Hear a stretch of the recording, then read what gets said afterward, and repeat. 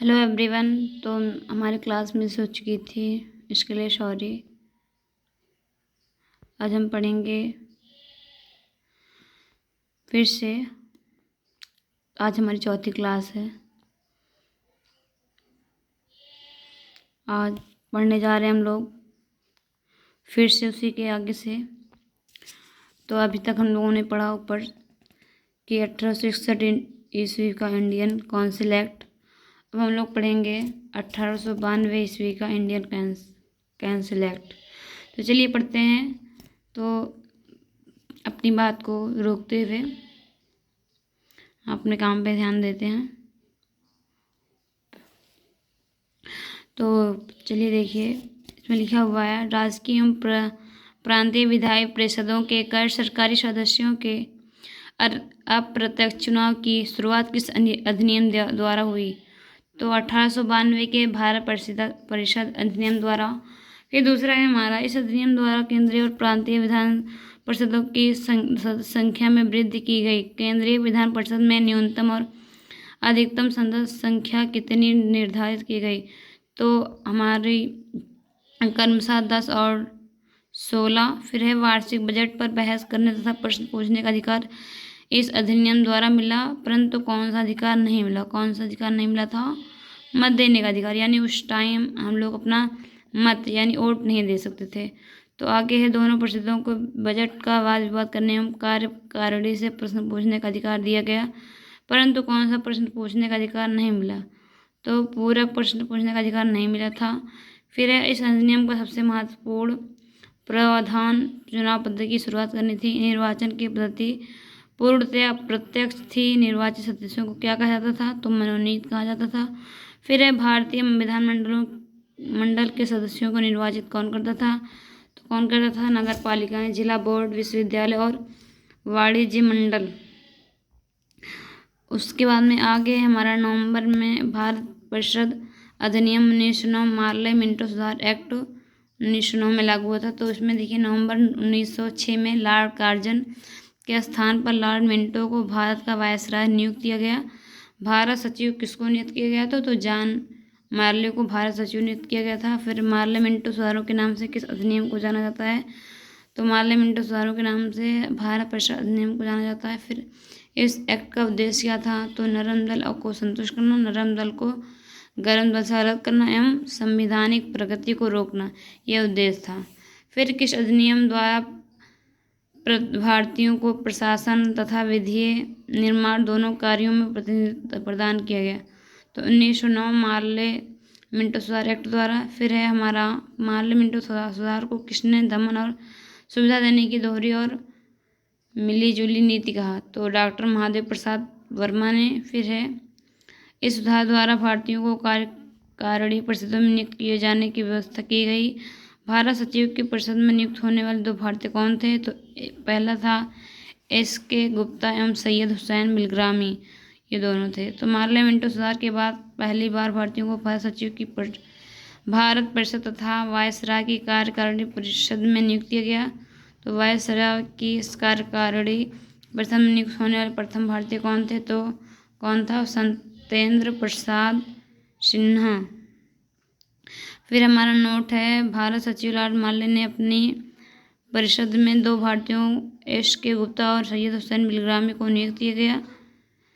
फिर है आपका किस भारत सरकार अधिनियम के तहत पहली बार विधायिका में कुछ निर्वाचित प्रतिनिधित्व की मंजूरी दी गई? तो भारत अधिनियम सरकार अधिनियम द्वारा।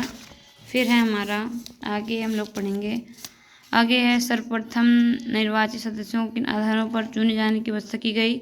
तो वर्गीय हितों की एवं श्रेणियों के आधार पर। फिर है हमारा इस अधिनियम के द्वारा सांप्रदायिक प्रतिनिधित्व प्रणाली की शुरुआत किस वर्ग के लिए हुई? तो मुसलमानों के लिए हुई थी। फिर है भारत परिषद अधिनियम 1909 के द्वारा मुसलमानों को पृथक मताधिकार और पृथक निर्वाचन क्षेत्रों की स्थापना का अधिकार दिया गया। इसी कारण लॉर्ड मिंटो को क्या कहा जाता था? तो क्या कहा जाता था? सांप्रदायिक प्रतिनिधित्व का जनक। फिर है हमारा इन सुधारों के तहत विधानमंडल या परिषद के परिषदों के सदस्य को बजट पर पूरक प्रश्न पूछने का अधिकार दिया गया। किसने इसे कांग्रेस के उदारवादियों के लिए रिश्वत कहा? तो कोएम मुंशी ने कहा।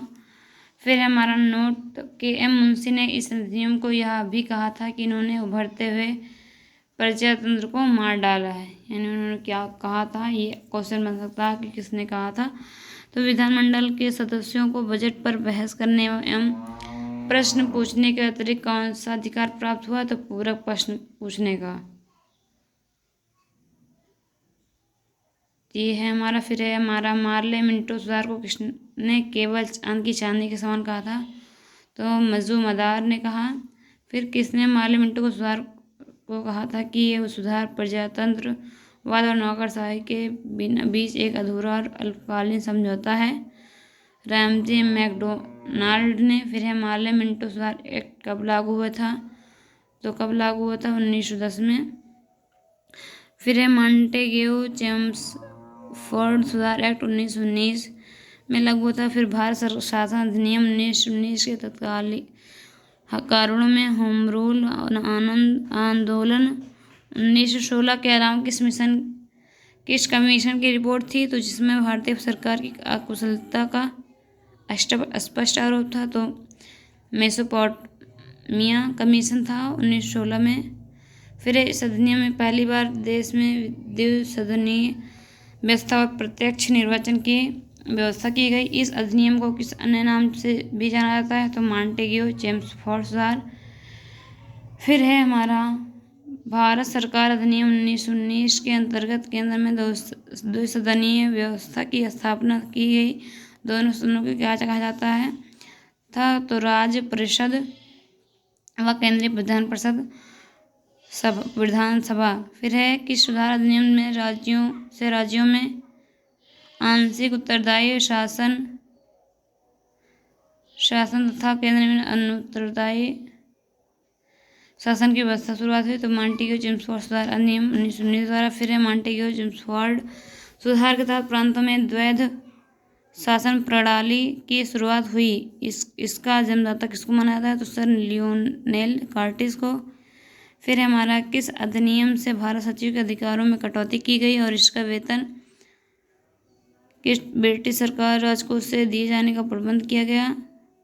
फिर है 1919 के अधिनियम से। फिर है कार्रवाई समिति की अनुशंसा पर भारत के लिए इंग्लैंड में एक उच्चायुक्त नियुक्त किया गया। तो 1920 में किसको भारत का प्रथम उच्चायुक्त नियुक्त किया गया? तो सर विलियम म्योर को। फिर प्रांतों को पहली बार कर लगाने तथा ऋण लेने का अधिकार किस सुधार से प्रदान किया गया? तो मॉन्टेग्यू चेम्सफोर्ड सुधार से। फिर 1919 के अधिनियम से शुरुआत सांप्रदायिक निर्वाचन व्यवस्था को किन समुदायों के लिए विस्तारित किया गया, अर्थात उनको पृथक प्रतिनिधित्व प्रदान किया गया?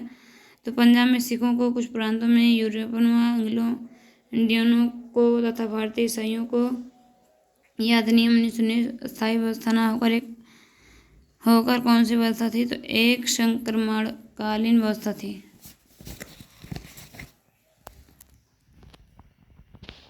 फिर हमारा आगे भारतीय राज्य व्यवस्था का संवैधानिक विकास यानी इसी में का है 1919 के सुधारों को बाल गंगाधर तिलक ने बिना सूरज का सवेरा बताया गया था। फिर इस अधिनियम को किसने भारत में संसदीय जीवन का चलन बताया था? तो मैरिस जोन्स ने। फिर 1919 के अधिनियम किस समिति द्वारा तैयार किया गया? तो साउथ बोरो समिति ने। फिर लोक सेवा आयोग स्थापित करने के विचार की सर्वप्रथम चर्चा किस आयोग में की गई थी?